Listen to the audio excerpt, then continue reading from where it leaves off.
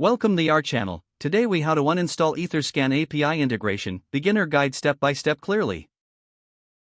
To uninstall the Etherscan API integration, start by logging into your application or platform where the integration is set up.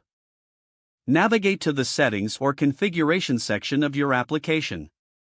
Look for the Integrations or Plugins tab within the Settings menu. Locate the Etherscan API integration from the list of installed integrations. Once you've found it, click on the Etherscan integration to access its details. You should see an option to uninstall or remove the integration. Click the Uninstall button to initiate the uninstallation process. A confirmation prompt may appear, asking if you are sure you want to proceed. Confirm the action to proceed with the uninstallation. Wait for the process to complete, which may take a few moments. After the uninstallation is complete, check the integration section to verify that Etherscan is no longer listed. If necessary, restart your application to ensure all changes take effect. Finally, review any related configurations to ensure everything is functioning properly without the integration. That's it. You've successfully uninstalled the Etherscan API integration. If the page does not load, refresh the browser or try again in a private or incognito window. Make sure you are using the correct email address, then retype it carefully to avoid small typos.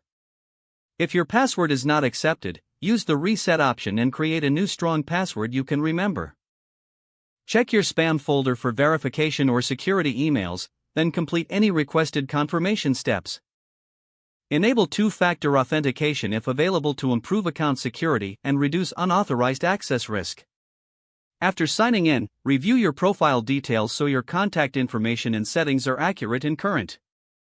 If you see an error message, note it down and try again after restarting your device and internet connection.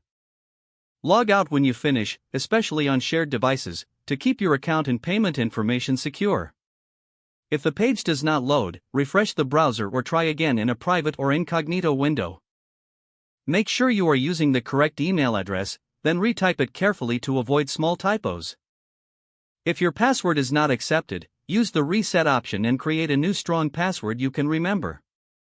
Check your spam folder for verification or security emails, then complete any requested confirmation steps. Enable two-factor authentication if available to improve account security and reduce unauthorized access risk.